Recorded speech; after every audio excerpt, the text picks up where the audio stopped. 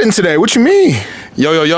Layup Lounge members. We're back in the booth, back in the stool for episode 31 of the LLs. My name is Wayne. I'm here with my guy, Ro. That's good, bro. Shiesty Ro. You know what it is, man. Come on, man. Shiesty season. Every season. It's summer, but we still got to pull these out sometime. Come on now. We're amidst the NBA finals right now. They're gearing up for the finals. Today was media day. And so I just want your instant reaction to that. How are you feeling about the coming up finals? Who do you got? How many games? What's it looking like? Yeah, man. So, I mean, we discussed it a little bit, last episode, but I'm still going with the Celtics. For one, I feel like they have all the pressure is on that end of the court. Jaylen Brown, Jason Tatum, that whole team in general. I feel like this is the best that the Celtics are ever going to be roster-wise. And then the situation that they're in, they played all these depleted teams. And now we're here. We get there. It feels like their year. I feel like even back in 2022, there was still a vibe that they were going to lose that. I had a feeling, you know what I'm saying? There was doubt there. But there shouldn't be any doubt now. I think that this feels like the Celtics' year.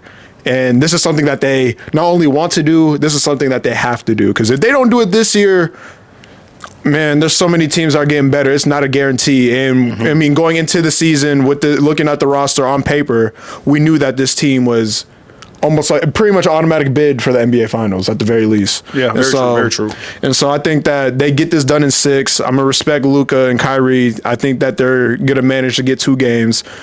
It doesn't matter when they get them. I think they're gonna get them.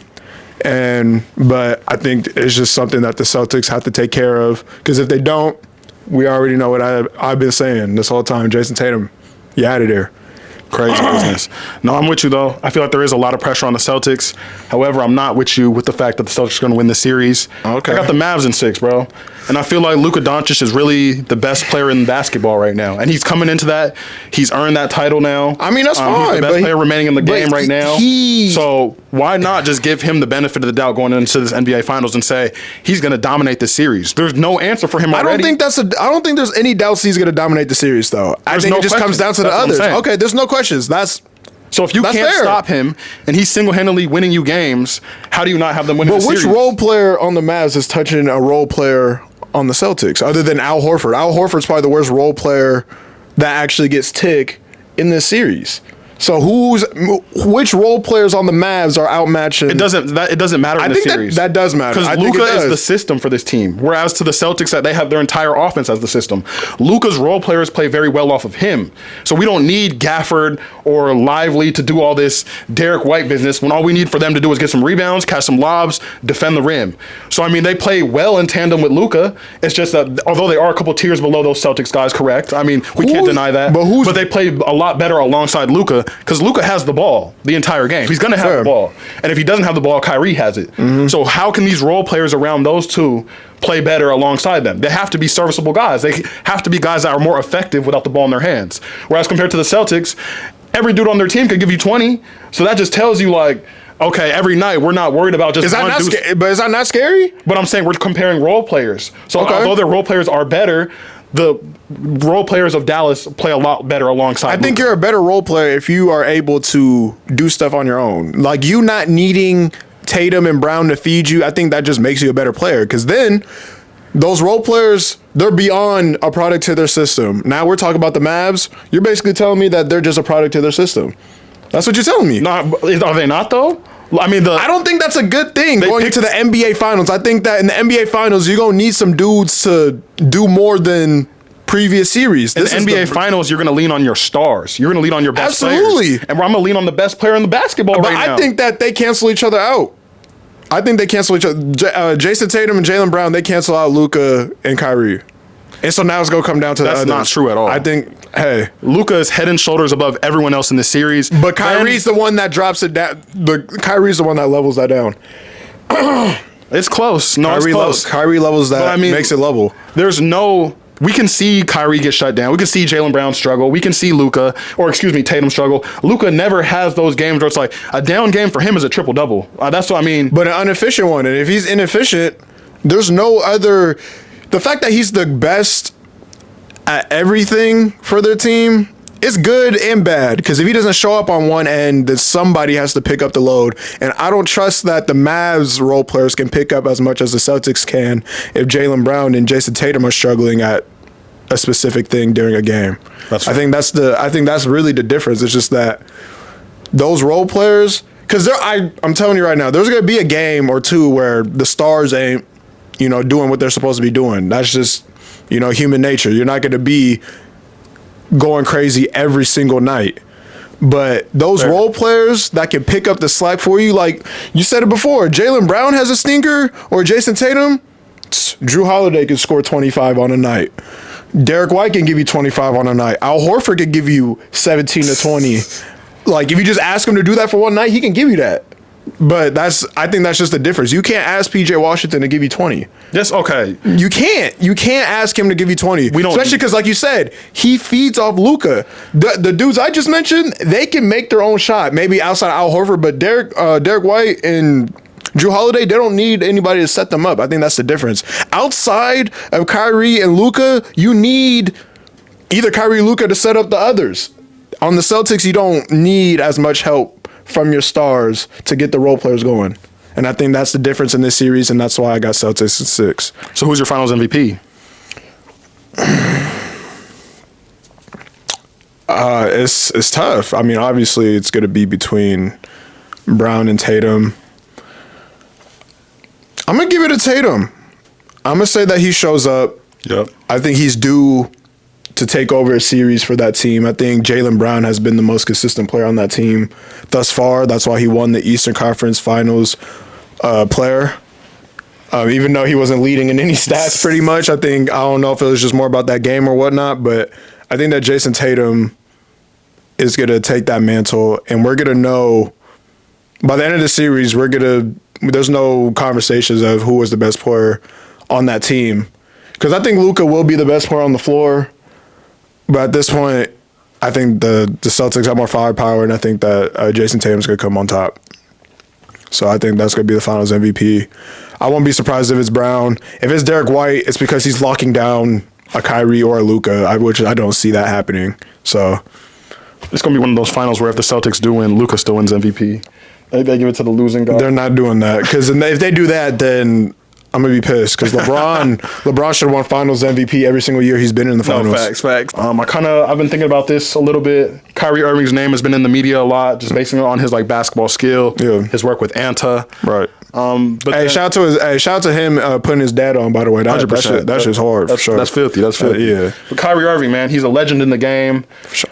Snuffed from the top 75 list, but I mean, if they do a top 100, he has to be one of the first. That would be crazy. He's not in the top 100 unless it's getting disrespectful. Right. So he's going to be in this next grouping 25 years from now. But I just want to talk about another player who didn't make the top 75, who probably should have.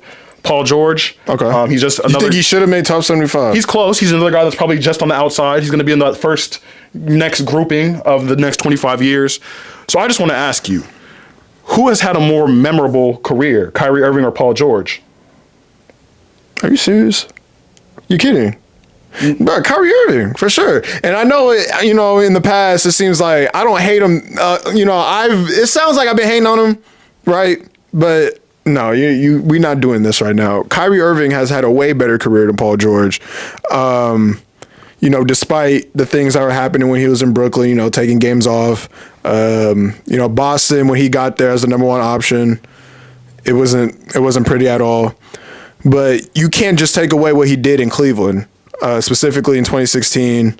Matching points with LeBron is not an easy thing to do. I think that's like one of those things where it's like LeBron's asking him to, you got to come with me. And he's like, let's go. Let's do it. You know what I'm saying? Like, I don't think we ever seen, and that's why when we were talking about Luka, excuse me, when we were talking about Luka and Kyrie being the best offensive duo or just one of the best duos of all time in general, that I think LeBron and Kyrie, that just whole series is like the best we ever seen two players play, like ever, like at the same time on the same team. I don't think we've ever seen anything like it, and quite frankly, I don't know if we'll ever see anything like it again. Maybe we'll see a similar version of that coming into this finals, just because Luka is LeBron-ish. You know what I'm saying?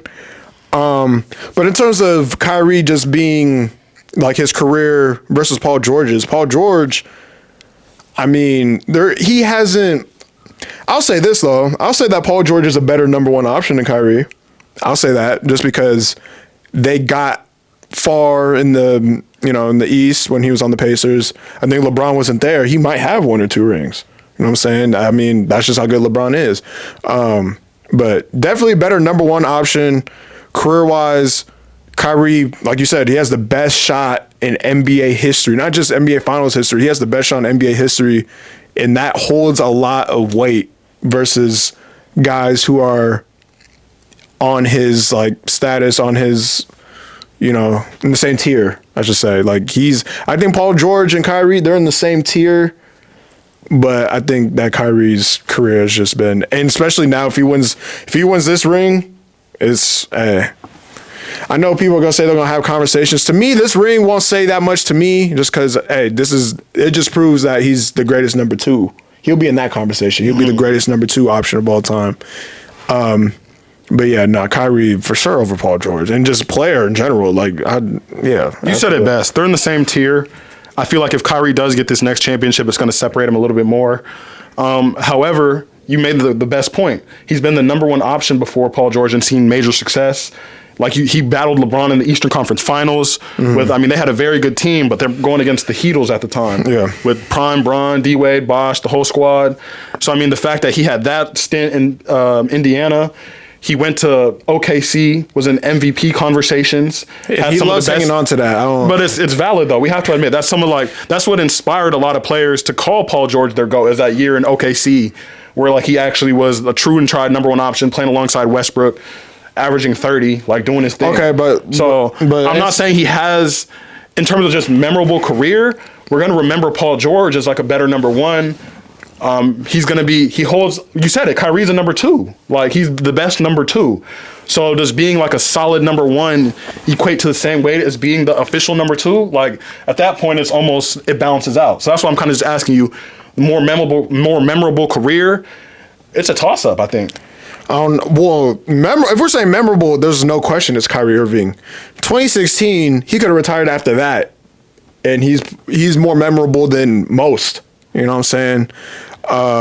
Because he wasn't just a number 2 though. It was there was conversations if he should have won the Finals MVP over LeBron. Nobody has even, on all the winning LeBron teams, nobody has ever even came close to taking that mantle from him. And I think that was a legit conversation because we never seen a player support their superstar the way Kyrie has. And now we're looking at it, okay, and we got to take the whole career in totality, right? Paul George with the Clippers, him and Kawhi, it has not been a success at all. This is not the end of the road, though, at all. We have to think about Kyrie's years in Boston. He was number one option there. That's Boston, what I'm saying. Brooklyn. But I'm saying Paul George's stint is not over. Whatever his next destination is, that could be his next best moment. He'll be but the next place he goes is he's going to be number 2. He's going to be number 2.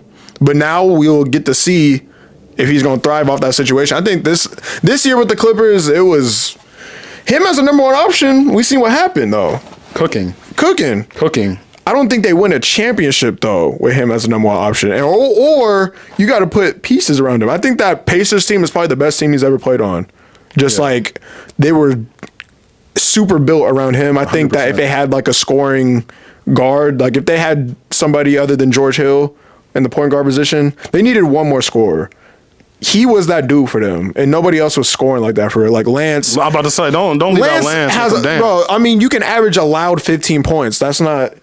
That's what that was. That's just what it is. We gotta call it as it is. It was a loud 15 points he was averaging. You would watch him and think he was neck and neck with Paul George, who's the best player, just because visually it looked nice. But he would impact the game. He'd be getting triple doubles, rebounds, assists. Right. Roy Hibbert was solid for that time.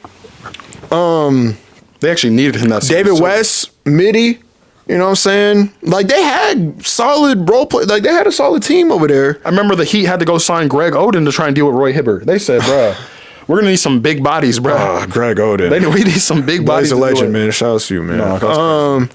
But yeah, I think that Kyrie and people listen to this probably gonna think the fact that you even asked that question is ridiculous. You think there's an argument there for you said it. They're in the same player-wise, tier. but you said career. We're talking careers. I'm just talking about more memorable player. When people look back, for example, Keon Anthony has Paul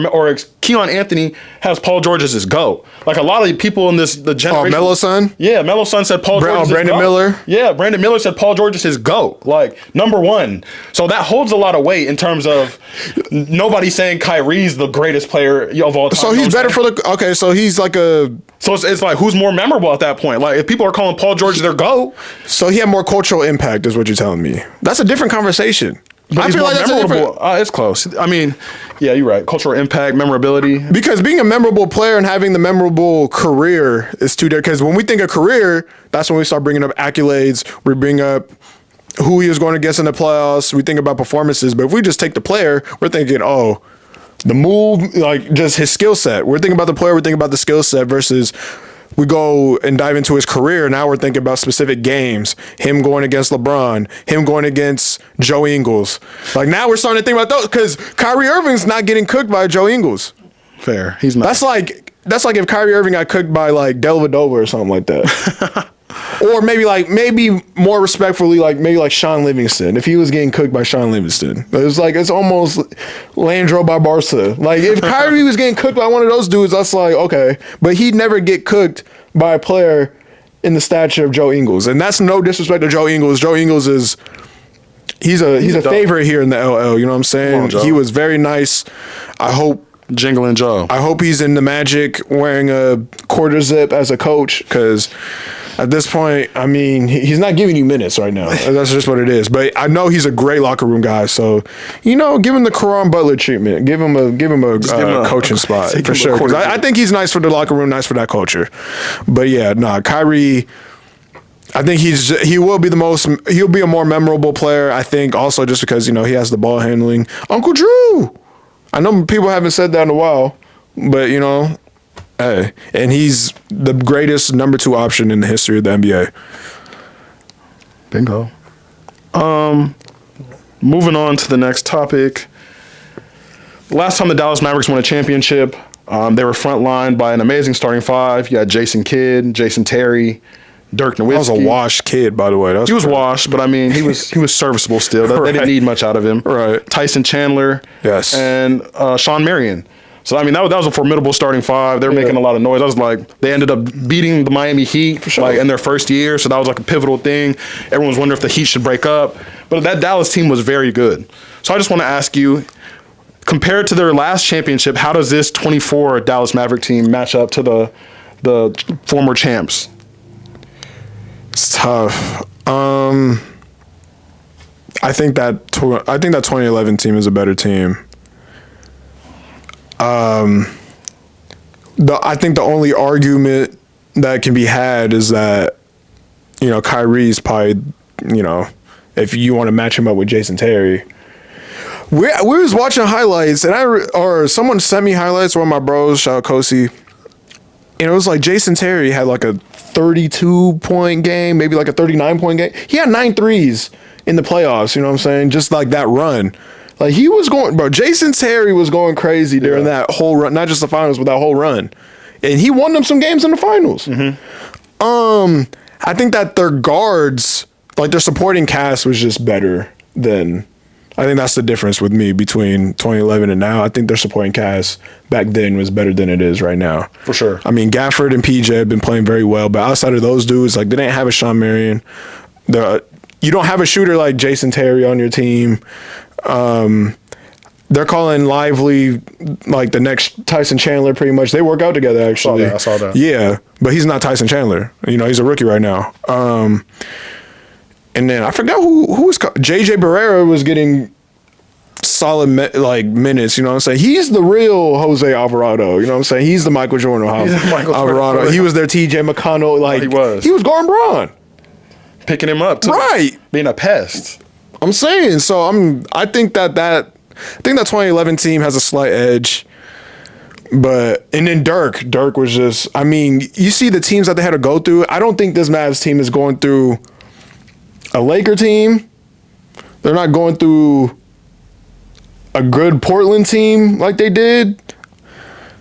who they go through, the Thunder. Like, those are and then you go and beat LeBron, prime LeBron, with that big three. I don't think this team beats them. I don't even think that team even makes it to the Western Conference Finals. So I gotta say 2011. I gotta agree with you. I mean, I feel like the entire construction of their team was just a lot better.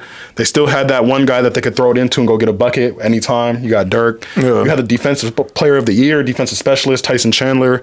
He's protecting the cup. He had a huge impact in that final series. Jason Terry knocked down. And I feel like Sean Marion, he was like he was the best defender in that series in the finals. Like, I mean, you're not going to stop LeBron, but I mean, he's putting up serviceable defense against LeBron. If you throw enough bodies at him, he'll slow down a little bit. Yeah. So, I mean, and then Jason Kidd doing his thing as like a veteran point guard, quarterback in the team, sort of getting everybody in line. Looking at this team the current Mavericks team, though, Luka Doncic would still be the best player on the court. Oh, for sure. I mean, he'd still be undoubtedly a neck above everybody else on the court. That's just how good he is. No, they have their top two is better than 2011's top two. Yeah.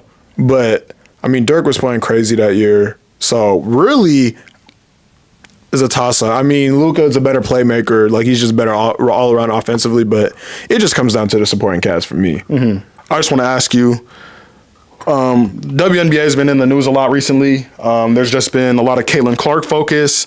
And then CC! Alongside Caitlyn Clark focus, there's been a lot of focus on Angel Reese, Cameron Brink, out here in Seattle, Nika Mule. Just like this entire rookie class is getting a lot of coverage. It's bringing a lot of good publicity to the WNBA. Yep. So let's keep it rolling. Let's keep showing love. Let's Absolutely. keep talking about it. Shout out to the W, man. Shout out to the W.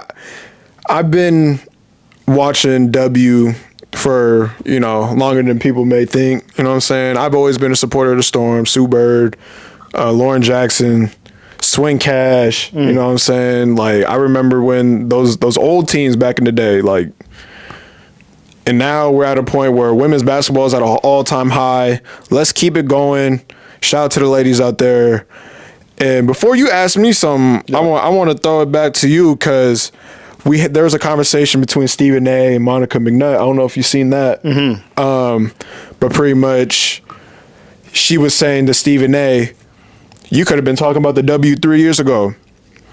And my opinion on it was, that's true, but nobody, if we honestly say, and there's no offense at all, but like nobody was really talking about the W the way they are right now. Very true. So do you agree? Like, what was your take on their take on how, the growth of the W?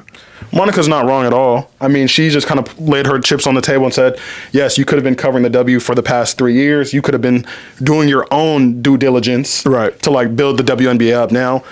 But there's no issue with it. Like you said, it wasn't very popular at the time. And that's what it's all about revenue. It has to sell. Like, you have to put a good product out there that has storylines that people care about, matchups that people care about, and people will pour themselves into it. So, like, if there's storylines and stuff that people actually care about, they'll invest in it, they'll pay attention to it, they'll follow it closely, kind of like how we're seeing right now. But back then, maybe those storylines did exist, but they're on a much smaller scale. Yeah. They're on players that we haven't had as much coverage compared to like this incoming class right now. So, I mean, we can't be mad at the fact that we're at the first coming of women's basketball right now. Let's just embrace it for what it is and like help push the game and grow it even more because we're locked in right now. No, you said it best. Just be in the moment. Yep. I think right now we're seeing big growth out of the W. We're seeing the ratings shoot up. That there's drawback from like the players, organizations, coaches, things like that in the W. They're like, we've been like this. How come we haven't gotten this attention before? I think instead of just asking why we haven't got this attention before, I think that we should all be grateful and excited that the game is increasing ratings and, everything's improving from the players, I think that a lot of it's social media as well, though. I think that it's just a new era in basketball in general where we're in the highlight reels. We're seeing the tunnel fits now. I think that we're seeing like the pushing and shoving and all the drama and the physicality of the game.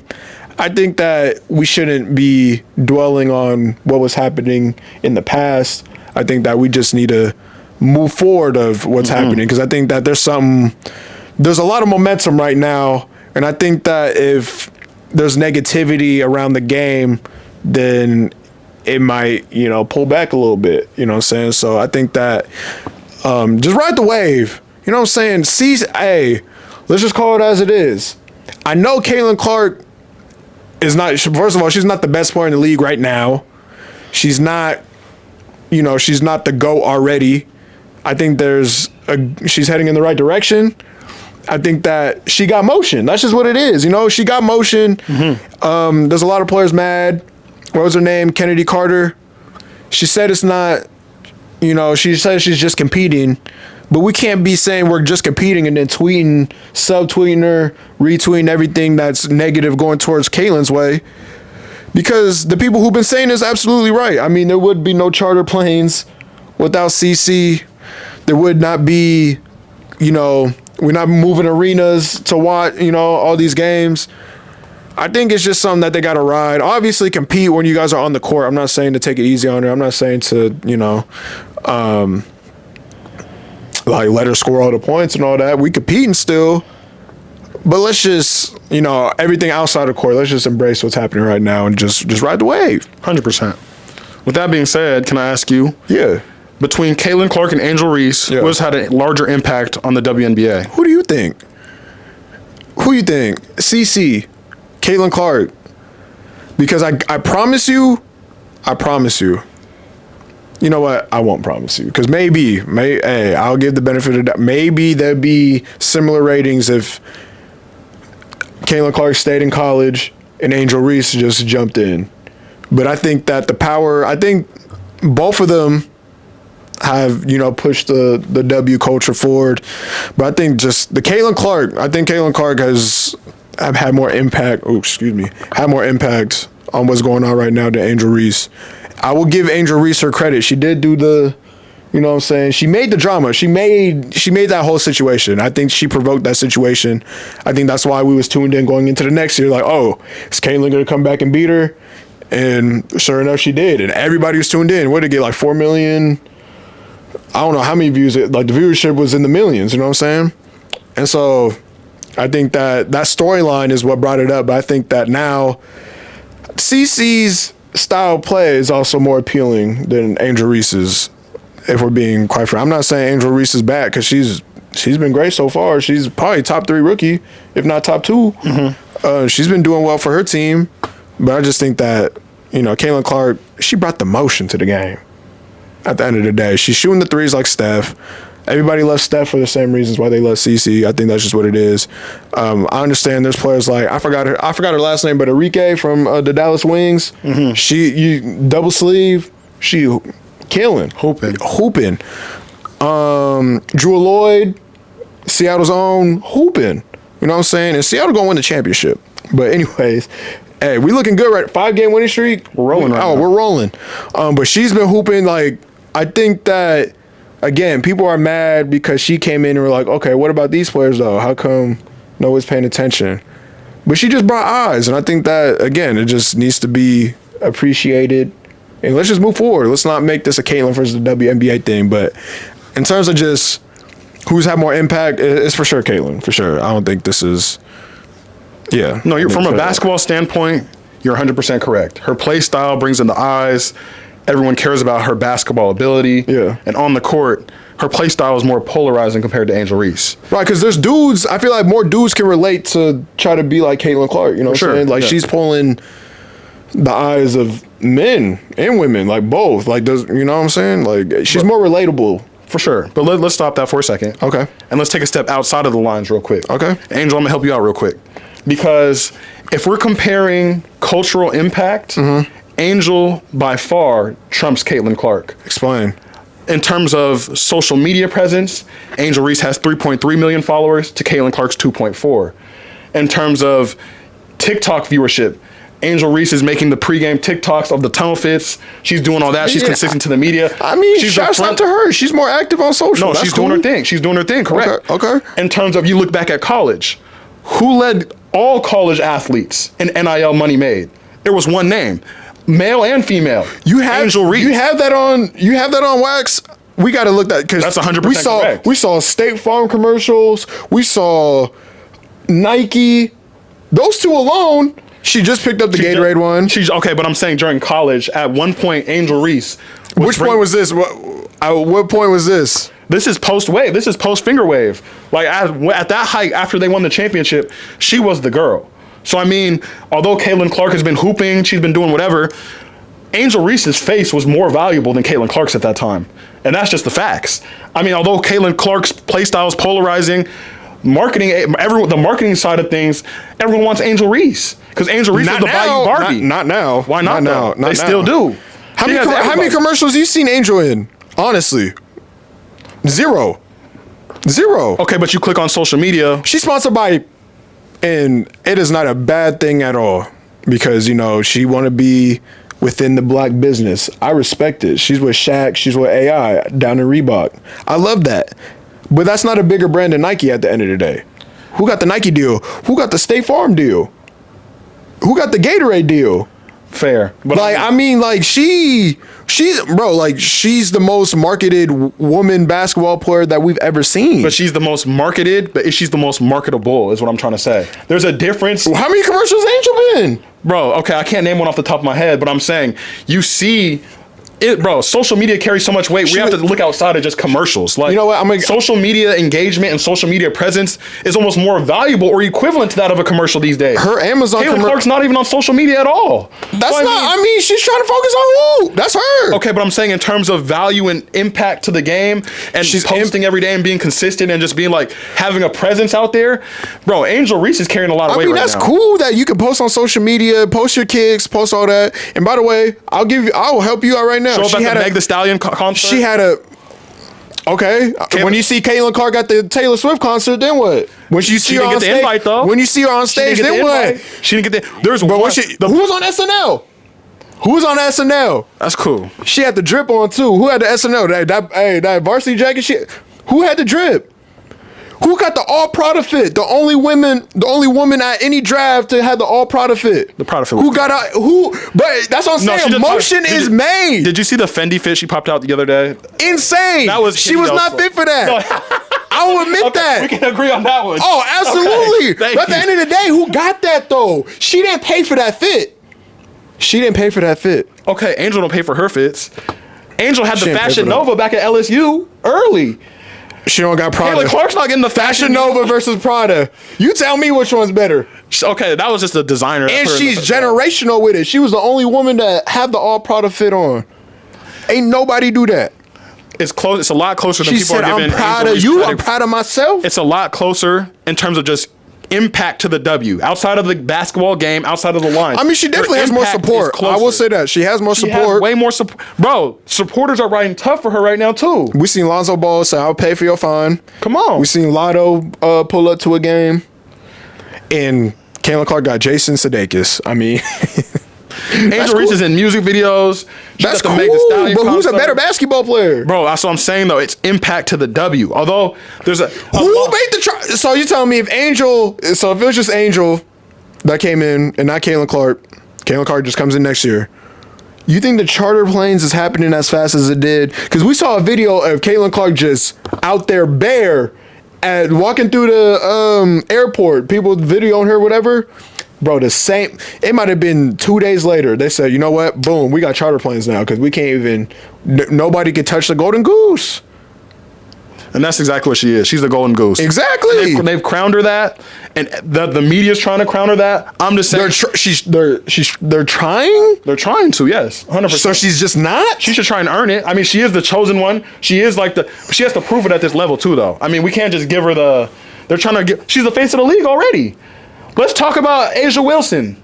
Okay, let's talk about her. What's up? 29, 12 and a half. That's cool. Amazing efficiency. We love that. Aces are rolling. Let's talk about her. Let's talk about the real best player in the league. Absolutely. I'm not denying that. I'm not denying that. They're trying to give her play style, though. She don't play like you or me. We play more like Caitlyn Clark than we play like Asia. That's the difference, though. Being relatable gonna get more eyes on you. She shoot a bunch of threes. I'm about to go to LA Fitness right now and put up those same type of 3-pointers. It's the same thing. You see We what- watch Dame and Steph highlights, and we want to go to LA and do that. You see my angle on it, though. You see it, though. Angel Reese is a more... She's a bigger figure to the culture. Do you think race has something to do with what's happening right now? 100%. 100,000%. And if you deny it, we're wrong. You know what I'm saying? Race 1,000% plays a factor in it. And I mean, I'll say it does, but I don't think that means we should tear down Caitlyn Clark. Because that's not her fault at the end of the day. I agree. We shouldn't tear her down. We should praise her and give her flowers. Because I think that a lot of people who are talking about this subject, it's almost they're talking like they're blaming Caitlyn Clark for being who she is. You know what I'm saying? Like it's more of her supporters than her herself. But it's, a lot of it, people are trying to give her a pass for just being this completely innocent victim. When we know what Caitlyn Clark is on, bro. We know she should expect this pressure already too, being the #1 pick. I don't think she's trying to wait from the that. savior of women's basketball. You're gonna have a target on your back. Okay, she's acknowledged that. She's acknowledged that. But I know you talk crazy already on the court. That's hoop. Your competitor. Okay, Cool. yeah, she's That's acknowledged solid. that. Accept the smoke from that. You're the #1 pick. You're supposed to be the savior of the WNBA. Cool. Accept the smoke from that.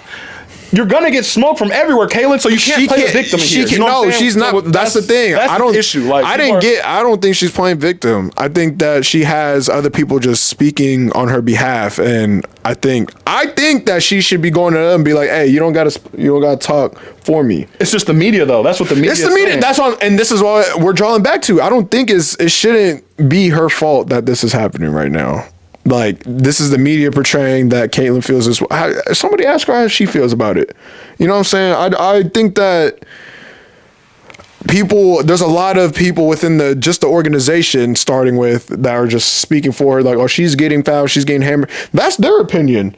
That's how they're going about it. I don't think Caitlyn Clark is going about it. She's acknowledged it so many times that she expects to get hit.